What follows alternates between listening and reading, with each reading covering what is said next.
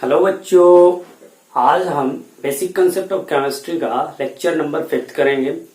बच्चों, इसके पहले लेक्चर्स में हमने कंसेंट्रेशन टर्म्स जैसे कि मोल फ्रैक्शन, इसके साथ ही हमने पीपीएम और पीपीवी के बारे में अच्छे से डिस्कशन कर लिया था और उसके न्यूमेरिकल्स जितने भी होते थे उनको हमने अच्छे से कर लिया था। अब आज हम इस लेक्चर में बच्चों मोलैरिटी से रिलेटेड सारे टर्म्स को जो है हम अच्छे से देखेंगे। तो चलिए आप सब हेडिंग लगा लीजिए मोलैरिटी। और उसके पहले my name is Pankaj Pandey and you are watching your favourite channel chemistry वाला। सो अब हम सब हेडिंग लगाएंगे मोलैरिटी।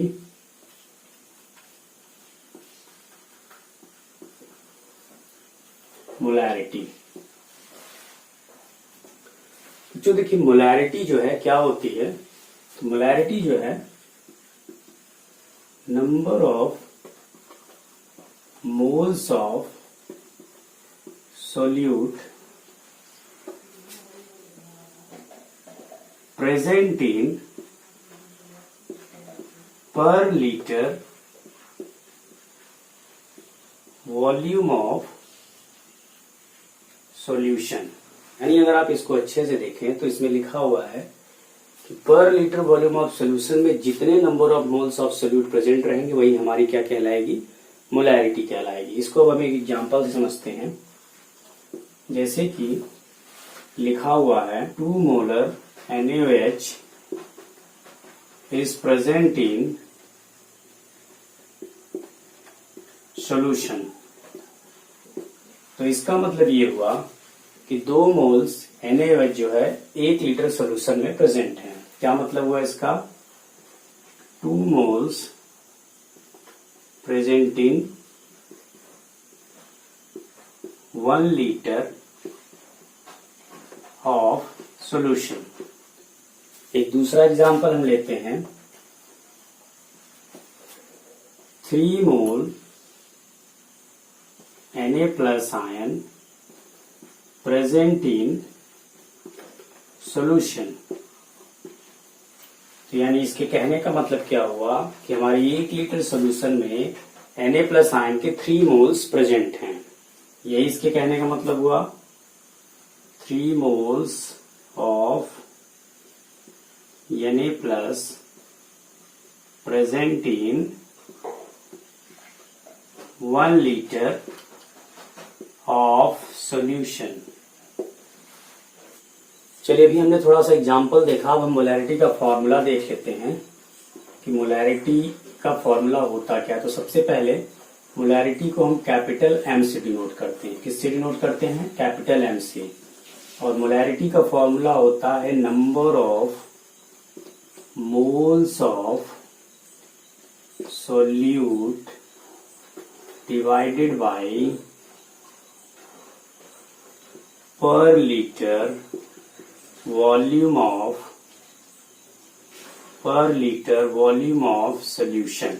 यही हमने डेफिनेशन अभी देखी इसकी। तो number of moles of solute divided by per litre volume of solution. Number of moles of solutes को हम स्मॉल n से और वॉल्यूम ऑफ सोल्यूशन को v से, और यहाँ पे लिखना पड़ेगा आपको कि इन लीटर, यानी ये किस में होना चाहिए? लीटर में होना चाहिए।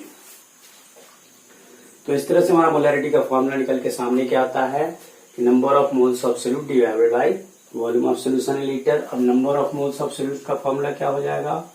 Wait divided by molecular weight, फिर भी इन लीटर। ये टोटल फॉर्मूला हमारा यहाँ पे बनता है। यहाँ पे हम वेट सोल्यूट का लिखेंगे और मॉलिक्यूलर वेट भी सोल्यूट का लिखेंगे, क्योंकि ऊपर में क्या लिखा है मैंने? सोल्यूट का ही हमको नंबर ऑफ मोल्स फाइंड करना है।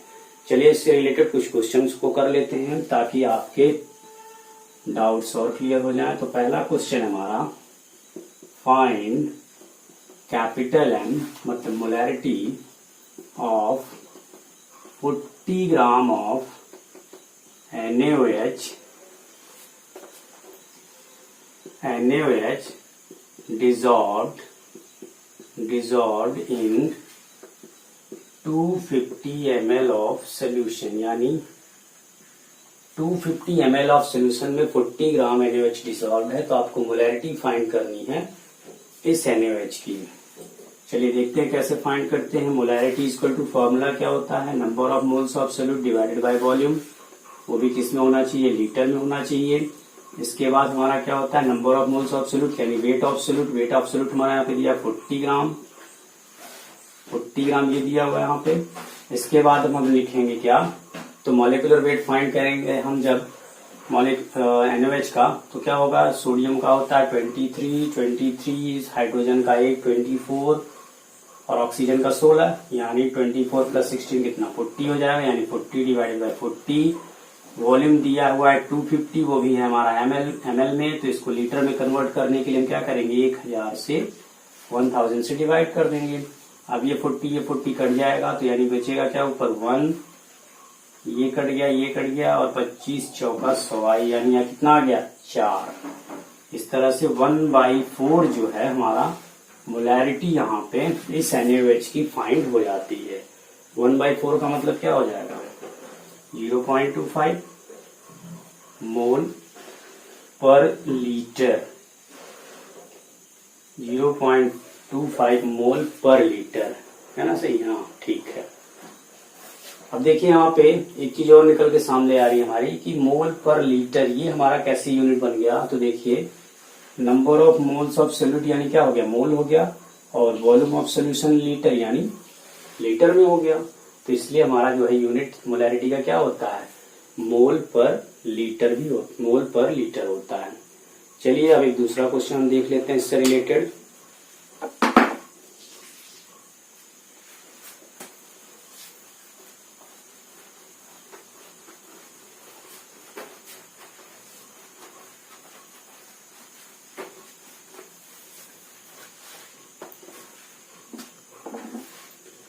क्वेश्चन दूसरा है हमारा, फाइंड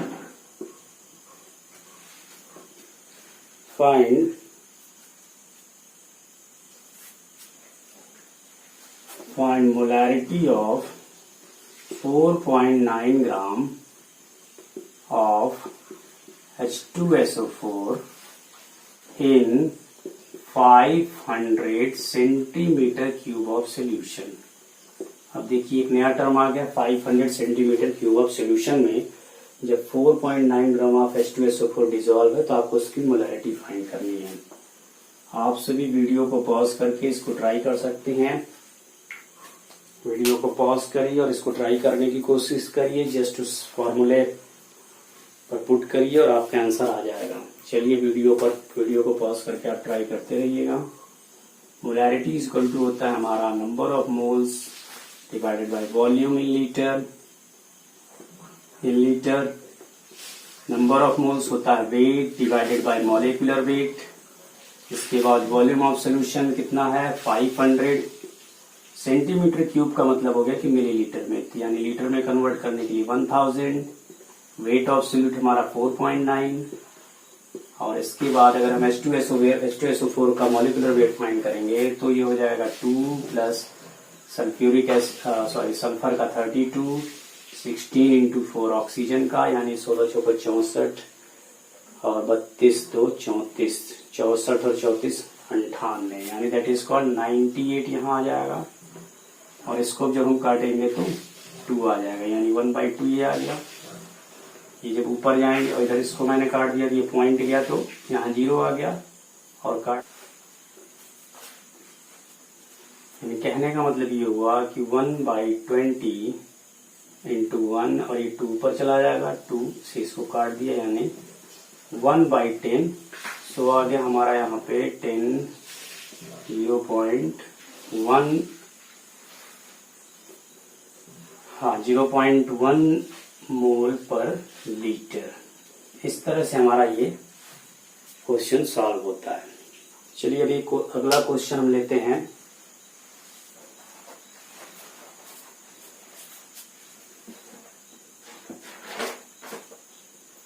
क्वेश्चन है हमारा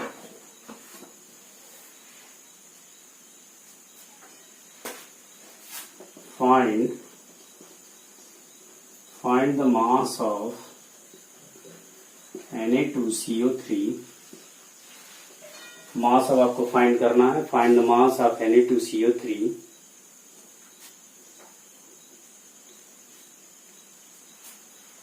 present in 300 ml of solution of 3 molar, यानी आपको मास अब फाइंड करना है सोल्यूट का। यहाँ पे Na2CO3 क्या है, सोल्यूट यहाँ पे रहेगा।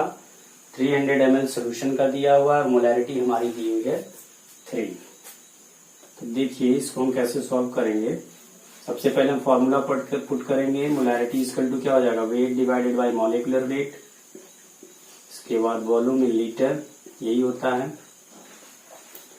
वेट आपको फाइंड ही करना है। मॉलिक्यूलर वेट आप फाइंड कर लीजिए।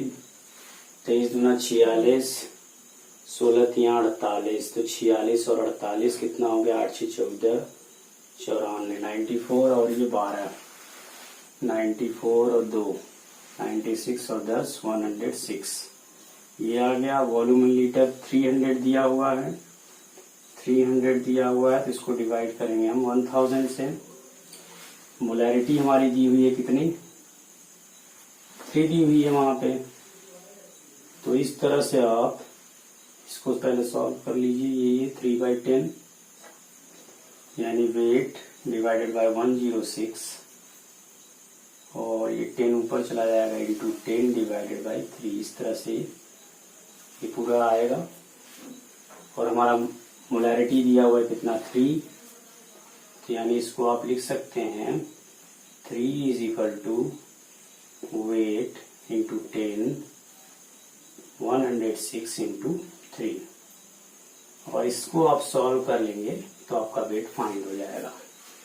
अब इसको आप सॉल्व कर लीजिएगा और वेट इस तरह से आपको फाइंड हो जाएगा। कैलकुलेशन आपको कर लेनी है। ये तो एक कंसेप्ट है, आपको मैंने बताया कि किस प्रकार से आप क्वेश्चंस को सॉल्व करेंगे। तो कुछ इसी तरह से आप मोलैरिटी के जितने भी क्वेश्चंस हैं आप उनको सॉल्व कर सकते हैं। चलिए अब हम थोड़ा सा कुछ और इस मोलैरिटी में कुछ और कंसेप्ट है उनके बारे में स्टडी कर लेते हैं।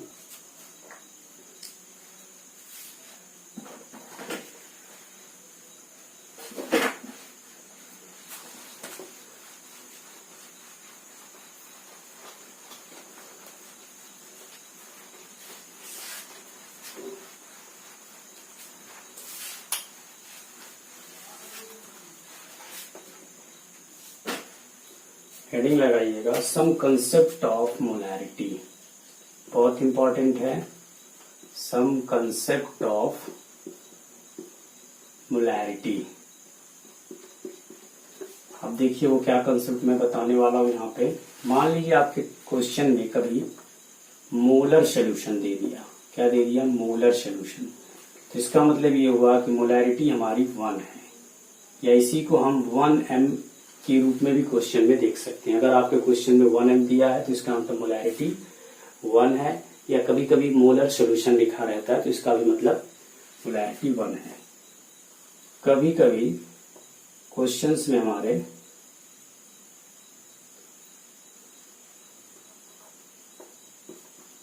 बाईमोलर सोल्यूशन लिखा रहता है।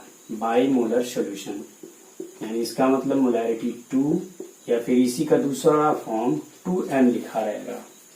2m लिखा रहेगा तो आपको समझ जाना है कि मोलैरिटी आपकी 2 है।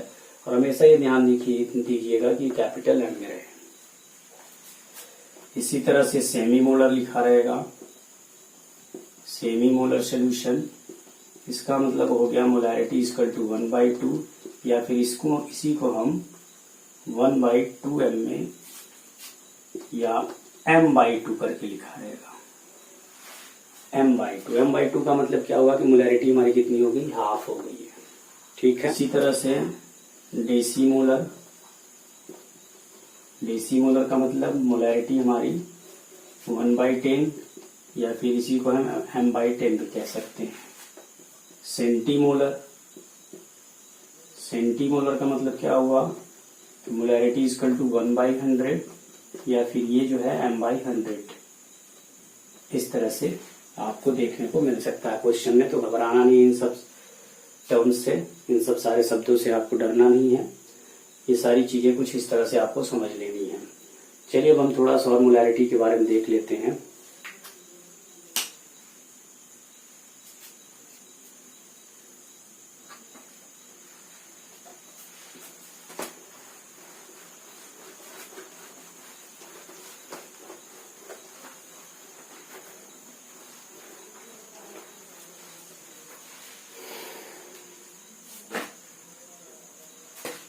हेडिंग है हमारा molarity of dilution. Molarity of dilution. Molarity of dilution का मतलब क्या होता है, चलिए देखिए एक फिगर से हम समझते हैं। यहाँ पे इस तरह से मान लीजिए कि आपका कोई ये पहला सॉल्यूशन है और इस तरह से आप ये मान लीजिए कोई एक दूसरा सॉल्यूशन है।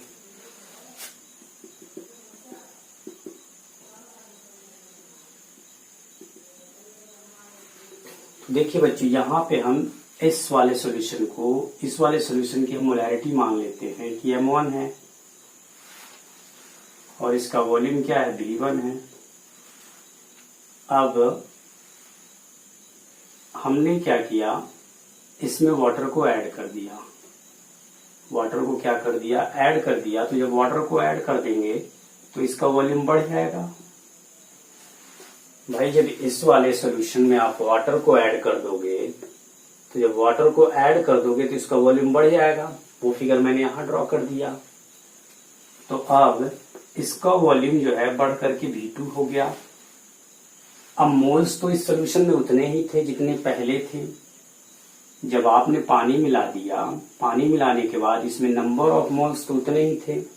जब नंबर ऑफ मोल्स उतने ही थे तो अब पानी मिला देने के बाद इसकी मोलैरिटी क्या हो जाएगी, घट जाएगी। तो हमने मान लिया कि इसकी मोलैरिटी M2 है। यहाँ पे इसका वॉल्यूम बढ़ रहा है पानी मिला देने के बाद, लेकिन मोलैरिटी इसकी घट जाएगी क्योंकि नंबर ऑफ मोल्स जो थे सोल्यूट की वो पहले ही जैसे थे। तो इस तरह से क्या हो गया, ये हमारा M1, ये हमारा V1 और ये हमारा M2 और ये हमारा V2। तो मोलैरिटी ऑफ डाइल्यूशन जो होता है इसका फॉर्मूला बन के आता है हमारे पास M1 V1 is equal to M2 V2।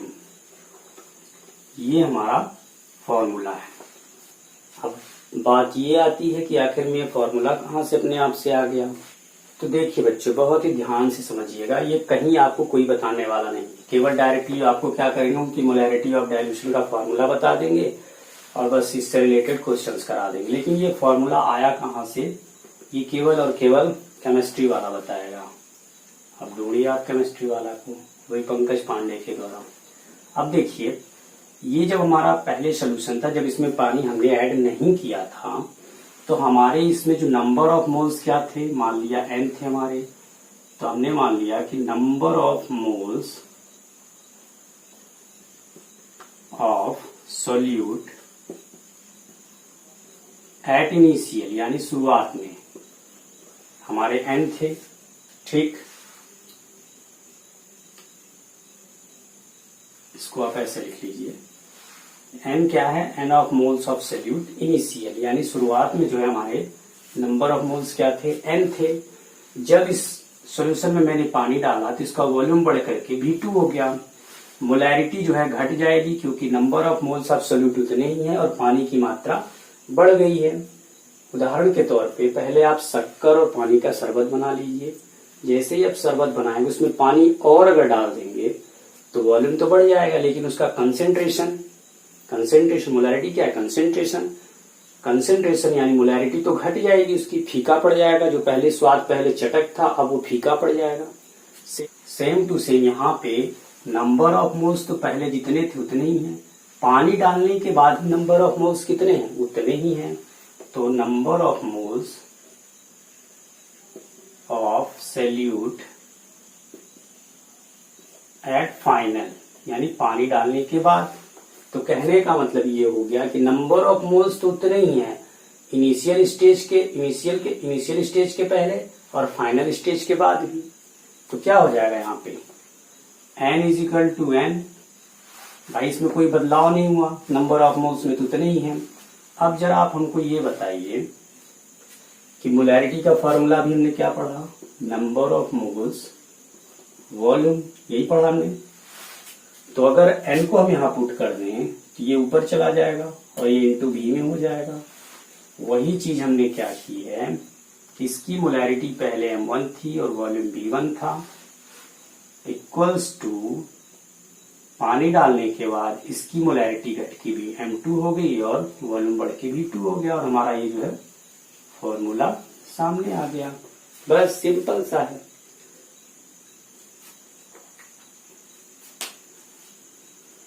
चलिए अब इससे रिलेटेड कुछ क्वेश्चंस को कर लेते हैं ताकि आपके और भी डाउट्स क्लियर हो जाएं।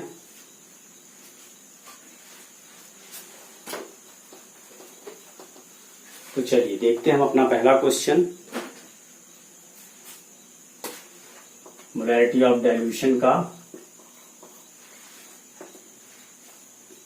पहला क्वेश्चन है हमारा 0.2 molar 100 ml of HNO3 is diluted with is diluted with 100 ml of H2O. So find molarity find करनी है।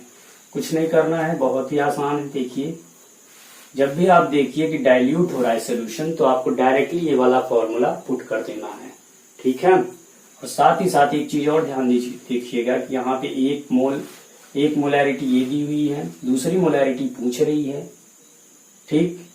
एक वॉल्यूम ये दिया हुआ है, दूसरा वॉल्यूम ये दिया हुआ है।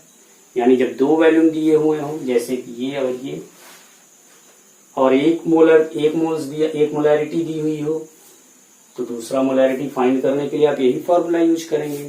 तो अब आप फार्मूला लगाएंगे क्या, M1V1 इक्वल्स टू M2V2, ये फॉर्मूला हमारा। तो देखिए M1 पे क्या रखेंगे, सबसे पहले 0.2 रखेंगे, क्योंकि 0.2 मोल्स थे 100 ml ऑफ HNO3 की, इंटू 100 कर दीजिए। अब हमने क्या किया, इस सोल्यूशन में इसको डाइल्यूट किया 100 ml पानी डाल करके, तो V2 हमारा क्या हो जाएगा, बढ़ जाएगा। तो 100 और 100 क्या हो जाएंगे, 200। और M2 आपको फाइंड करनी है, बस कुछ नहीं करना है। ये यहां से कट गया तो 2 आ गया, ये इधर के नीचे चला जाएगा, तो 0.2 डिवाइडेड बाई 2 M2।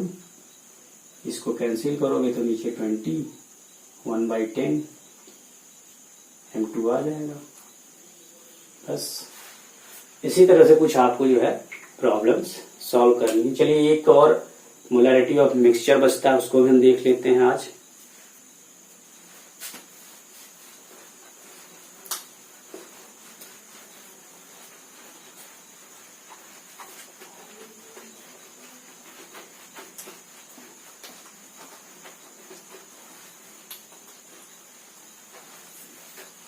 हम सब हेडिंग लगाते हैं मोलैरिटी ऑफ मिक्सचर।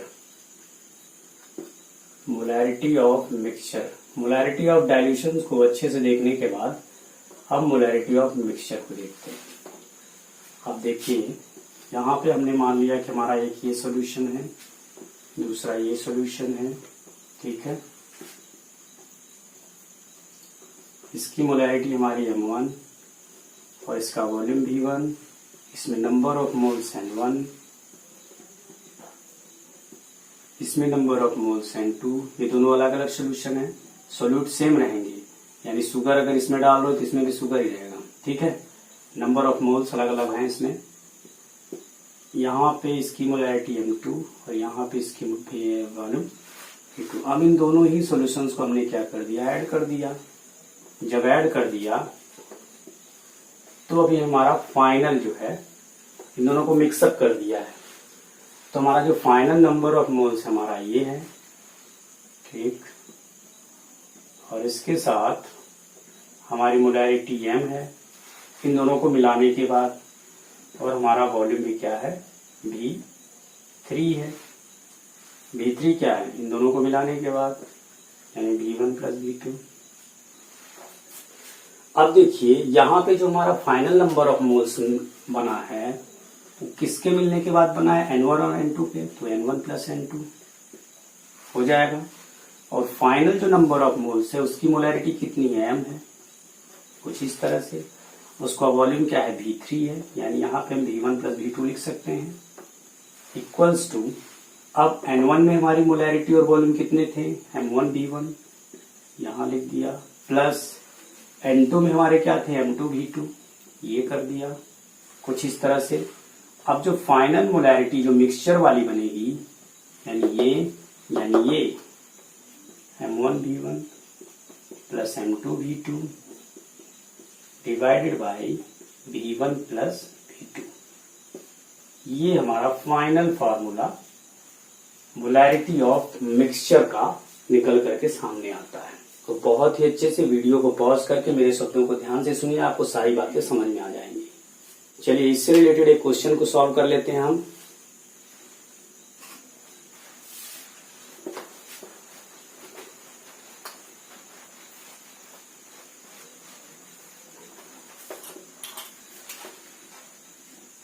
तो क्वेश्चन है हमारा यहाँ पे 0.2 m 100 ml of NaOH is mixed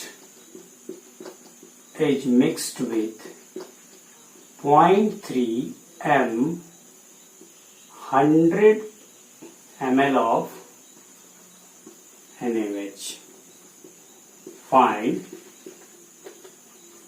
molarity of final solution। ये कुछ इस तरह से आपका क्वेश्चन दिया हुआ है। वीडियो को पॉज करके आप ट्राई कर सकते हैं और मैं सोल्यूशन बता रहा हूँ आपको। देखिए हमारा फॉर्मूला क्या है, M1V1 plus M2V2 divided by V1V2। अब देखिए बच्चों, मैंने आपको बताया था कि मोलैरिटी ऑफ मिक्सचर में हमेशा जो सोल्यूट के कंपोनेंट वो सेम रहेंगे। देखिए यहाँ पे क्वेश्चन में NaOH दिया हुआ है और दूसरा जो है सोल्यूशन वो भी NaOH का दिया है। तो मिक्सचर में जो सोल्यूट के कंपोनेंट रहेंगे वो अलग अलग नहीं हो सकते। चलिए ठीक है, अब हम इसका मोलैरिटी फाइंड करते हैं। सबसे पहले 0.2 into 100 plus 0.3 into 100 V1V2 100 plus 100। इसको सॉल्व कर दीजिए, आपका आंसर आ जाएगा। तो चलिए अब आज के लेक्चर में इतना ही बच्चों। अब हम मिलेंगे अगले लेक्चर में। Molarity of dilution, molarity of mixture और मोलैरिटी से रिलेटेड जिस प्रकार से क्वेश्चन बनते हैं मैंने आपको सारे प्रकार से बता दिए, सारे टाइप्स को बता दिए हैं। अब आप इनको घर पे अच्छे से ट्राई करिए और देखिएगा चीजें आपको आसान लगने लग जाएंगी। तो चलिए मिलते हैं अगले लेक्चर में हम। तब तक के लिए पढ़ते रहिए और ऑल द बेस्ट।